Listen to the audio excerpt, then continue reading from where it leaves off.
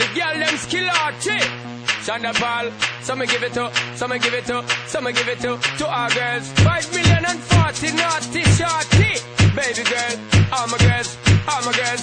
Shonda Paul say, well, on the way the time cold, I wanna be keeping you warm. I got the right temperature for shelter you from the storm. Hold on, girl, I got the right tactics to turn you on. Det er den overordnede energiformel, hvor man finder power eller effekt.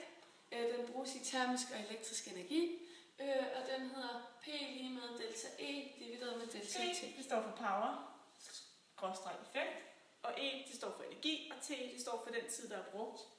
Så har vi delta, og det altså, er der tale om tilvækster for tiden. Og elektrisk energi, det er den energi, der kommer ud af elektrisk ladning i et elektrisk felt. Det kan blandt andet være en lommelygt eller en elcykel.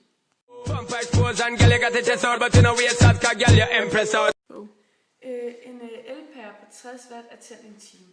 Hvor mange joule bruger den? Så bruger vi vores formel, som vi fortalte om før.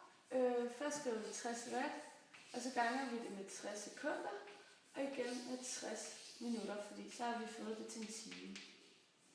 Det bliver så 2,16 gange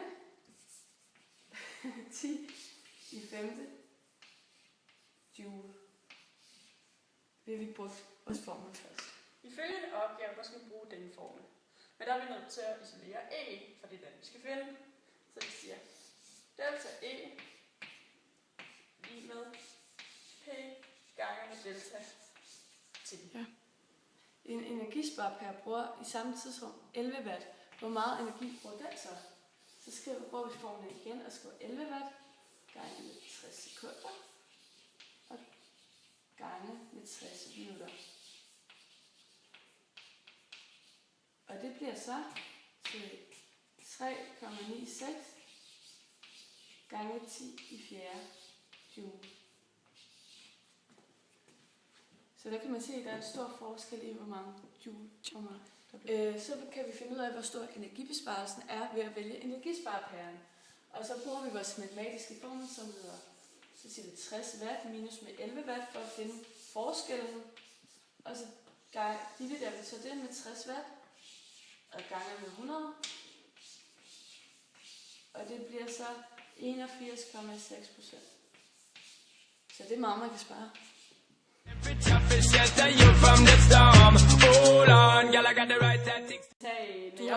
Et eksempel på mekanisk energi, det kan fx være en bil eller en cykel, hvor man skal bruge lidt mere kraft for at komme op ad en bakke.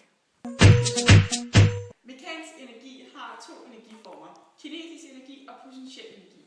Forskere har fundet ud af en form, der kan beskrive den kinetiske energi, hvor det afhænger af masse og fart, og formen ser sådan her ud. E kinetisk er lige med her gange M gange V i anden. E kinetisk står for energi, altså den kinetiske energi, og en her, din her, og M det står for masse, og V det står for fart.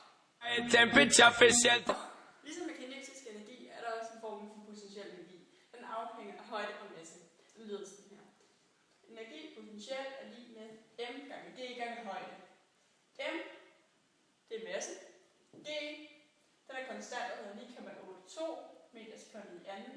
Og det er tyngdeaccelerationen. Og H som er højden. No yam, no steam fish, no green banana. But down in Jamaica, we give it to you hot like a sauna.